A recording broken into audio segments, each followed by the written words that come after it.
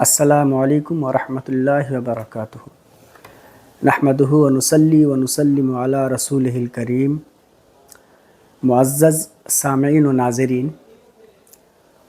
اولاً تو آپ کا اس درس مسائل میں تہہ دل سے خیر مقدم ہے۔ اس سے پہلے کے درس میں ہم نے نماز جمعہ کے متعلق کچھ مسائل جانا تھا۔ آج کے درس میں انشاءاللہ ہم مسافر کے متعلق، مسافر کی نماز کے اور دیگر احکام کے متعلق چند مسائل پر گفتگو کریں گے۔ اولاً تو یہ جان لیں کہ مسافر کہتے کسے ہیں۔ شریعت کی نظر میں ایسے شخص کو مسافر کہا جاتا ہے جو اپنے گھر سے 92 کلومیٹر یعنی 92 کلومیٹر یا اس سے زیادہ دور جانے کے ارادے سے نکلے تو ایسا شخص مسافر کہلاتا ہے۔ اور مسافر چونکہ سفر کی وجہ سے، سفر کے بارے میں کہا گیا ہے حدیث شریف میں کہ السفر کالسقر، یعنی سفر پہ آدمی جب نکلتا ہے تو اس کو بہت سی مشقتیں، پریشانیاں جھیلنی پڑتی ہیں، تکالیف اٹھانی پڑتی ہے۔ تو سفر کی مشقتوں کے مد نظر شریعت نے مسافر کے احکام میں کچھ تخفیف اور کچھ آسانیاں پیدا کی ہیں۔ ظاہری یہ دین اسلام آفاقی مذہب ہے اور اس میں ہر انسان کی حالات، وقت کے لحاظ سے احکام میں کچھ آسانیاں بھی پیدا کی گئی ہیں۔ تو مقیم سے مسافر کے مسائل میں کچھ فرق ہے، اس وجہ سے خصوصی طور پر یہ مسافر کے متعلق آج کا سیشن رکھا گیا ہے۔ مقیم تو اس شخص کو کہتے ہیں جو اپنے گھر پہ ہو، یا جو مسافر نہ ہو وہ مقیم ہے۔ مقیم کے لیے تو احکام سب جانتے ہی ہیں عام طور سے، لیکن مسافر کے احکام کچھ مختلف ہیں، اس وجہ سے اس کے متعلق آج جانتے ہیں ہم۔ تو آپ نے جانا کہ مسافر کسے کہا جاتا ہے، آدمی کب مسافر ہوتا ہے شرعی طور پر۔ اگر کوئی شخص 92 کلومیٹر سے کم کے سفر پہ نکلتا ہے تو پھر مسافر شرعی طور پر نہیں ہوتا ہے۔ یعنی اگر 50، 60، 70، 80 کلومیٹر دور کوئی شخص جاتا ہے، جاب کرنے جاتا ہے یا کسی اور کام سے جاتا ہے، تو پھر وہ مقیم ہی رہتا ہے، یعنی اس کو نماز وغیرہ پوری پڑھنی پڑے گی اور جو مقیم کے احکام ہیں اس کو ماننے پڑیں گے۔ لیکن مسافر جب آدمی بن جاتا ہے تو پھر اس کے احکام میں کچھ تبدیلی آتی ہے۔ مثال کے طور پر جو فرض نمازیں ہیں اور 4 رکعت والی فرض نماز، مثال کے طور پر ظہر، عصر اور عشاء کی، تو ان 4 رکعت والی فرض نمازوں میں قصر واجب ہو جاتا مسافر پر، یعنی اب وہ 4 رکعت کے بجائے صرف 2 ہی رکعت نماز پڑھیں گے۔ دیکھیں کتنی آسانی ہے، اور پھر یہ قصر واجب ہے نا۔ یعنی اگر کوئی شخص اگر اپنی مرضی سے چاہے کہ نہیں ہم 4 ہی پڑھ لیتے ہیں تو پھر 4 پڑھیں گے تو گنہگار ہوں گے، چونکہ اس میں حدیث کی مخالفت کرنی لازم آئے گی، شریعت کی مخالفت کرنی پڑے گی، اور شریعت کی مخالفت کرنے سے آدمی گنہگار ہو جاتا ہے، حدیث کی مخالفت کرنے سے آدمی گنہگار ہو جاتا ہے۔ تو فقہ حنفی کے مطابق اگر کوئی شخص قصر نہیں پڑھتا ہے، یعنی 4 رکعت والی فرض نماز کو 2 کے بجائے 4 ہی پڑھتا ہے تو پھر وہ شخص گنہگار ہوگا۔ لیکن یہاں پر یہ بات بھی یاد رہے کہ اگر معاف کیجیے گا، تھوڑی طبیعت علیل ہے، گلے میں خراش ہے، تو میں عرض کر رہا تھا کہ اگر مسافر کسی مقیم امام کے پیچھے نماز پڑھتا ہے، یعنی جو شخص اپنے گھر پہ ہے، کسی مسجد میں کسی امام کے پیچھے نماز پڑھتا ہے اور وہ امام مسافر نہ ہو، مقیم ہو، تو پھر اس کی نماز، مسافر کی نماز ہے نا، جب وہ باجماعت پڑھتا ہے تو وہ امام کی نماز کے تابع ہو جاتی ہے۔ اس کا مطلب یہ ہے کہ پھر مسافر کو بھی پوری نماز ہی پڑھنی پڑے گی، ہے نا۔ ظہر کی نماز اب 2 کے بجائے اگر کسی مقیم مسافر کی اقتداء میں پڑھ رہا ہے تو پھر 4 رکعت ہی پڑھنی پڑے گی۔ ہاں، لیکن اگر مسافر کی اقتداء میں نماز پڑھ رہے ہیں تو پھر دونوں پر ہی قصر واجب ہے، یعنی 2 رکعت نماز فرض نماز میں قصر ہے۔ لیکن فجر کی تو 2 ہی رکعت نماز ہے۔ فجر کی دیکھیے 1 رکعت نماز فقہ حنفی کے مطابق ہے ہی نہیں ہے، تو 1 رکعت نماز ہوتی ہی نہیں، کوئی نماز 1 رکعت نہیں ہے، وہ کم سے کم 2 ہے یا 4 ہے نا، اور 3 بھی ہے، جیسے مغرب کی نماز 3 رکعت ہے۔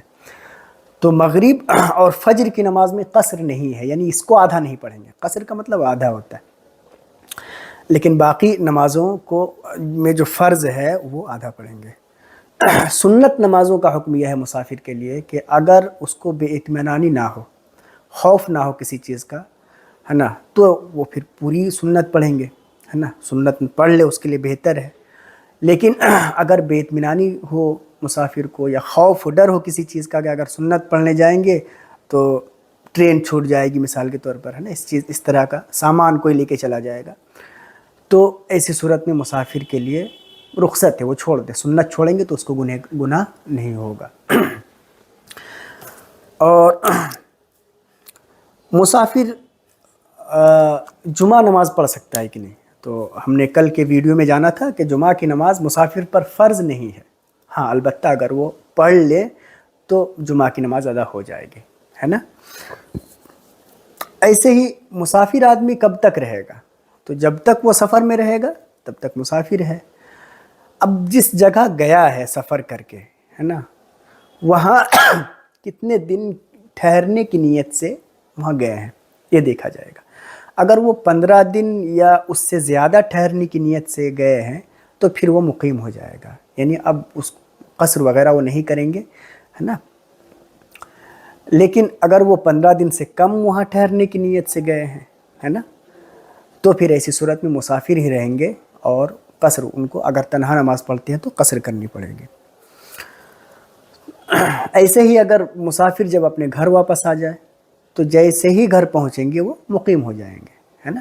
گھر میں رہنے کے لیے اس کو نیت کرنے کی ضرورت نہیں ہے کہ 15 دن رہے گا یا 5 دن یا 10 دن، کوئی نیت نہیں ہے۔ مسافر جیسے ہی اپنا گھر واپس لوٹیں گے ویسے ہی وہ مقیم ہو جائیں گے، یعنی اس کو، ہے نا، پوری نماز پڑھنی پڑے گی، اور مسافر کے لیے جو سہولیات ہیں وہ ان کے لیے ختم ہو جائے گی، ہے نا۔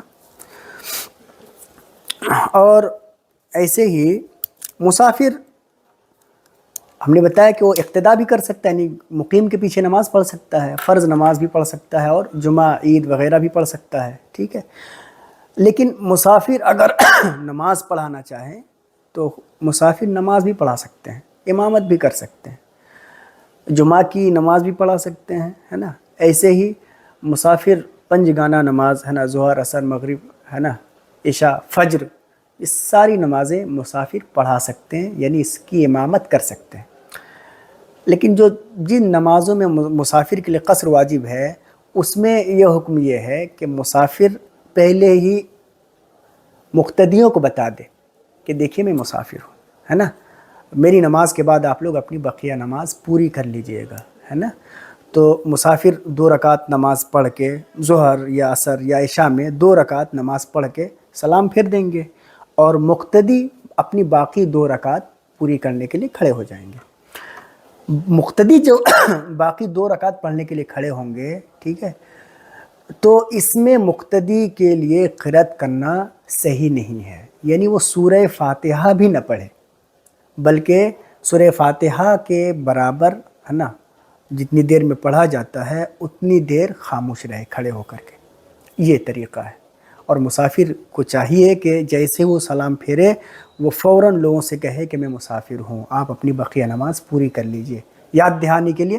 ہو سکتا ہے لوگ نماز کی حالت میں بھول گئے ہوں، یا ہو سکتا ہے کہ لوگ بعد میں امام صاحب کے اقتداء میں شریک ہوئے ہوں نماز میں، تو تاکہ ان کو بھی آگاہی ہو جائے، پتہ چل جائے، ہے نا۔ اس وجہ سے جو مسافر ہیں انہیں چاہیے کہ وہ نماز میں سلام پھیرنے کے بعد مقتدیوں کی طرف رخ کر کے کہے کہ میں مسافر ہوں، آپ لوگ اپنی بقیہ نماز پوری کر لیجئے۔ اور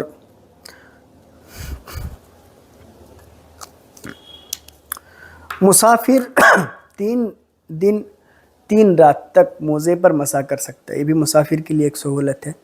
یعنی ابھی جیسے ٹھنڈ کا موسم ہے، موسم چاہے کوئی بھی ہو، اگر آدمی خف استعمال کرتے ہیں یعنی چمڑے کا موزہ پہنتے ہیں، تو چند شرائط کے ساتھ ان کے لیے سہولت یہ ہے کہ وہ موزے پر مسح کر سکتے ہیں۔ وضو میں کیا کر سکتے ہیں؟ موزے پر مسح کر سکتے ہیں۔ ظاہر ہے وضو میں پاؤں دھونا فرض ہے، لیکن اگر چمڑے کا موزہ کوئی پہنا ہوا ہے تو شریعت میں اس کے لیے حکم یہ ہے کہ اگر وہ مقیم ہے تو وہ ایک دن ایک رات تک پورے 24 گھنٹے تک اس پر مسح کر سکتے ہیں، موزے پر. جب جب وضو کریں گے، ہے نا، چہرہ دھو لے اور ہاتھ دھو لے، سر کا مسح کر لے، اور پھر پاؤں کا بھی مسح کر لے، موزے پر کیا کرے؟ مسح کرے.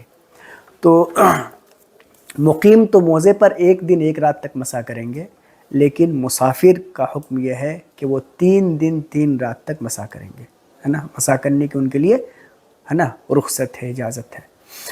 اور موزے پر مسح کے بعض احکام تو ہم نے پہلے بیان کیا ہے. اور کچھ یہ بھی جان لیجئے کہ اگر کوئی شخص موزہ اتار لیتا ہے تو پھر مسح ٹوٹ جاتا ہے نا، تو موزہ نہیں اتار سکتے ہیں، ہے نا. اگر اتار لیا تو پھر پاؤں دھو کے موزہ پہننا پڑے گا، ہے نا.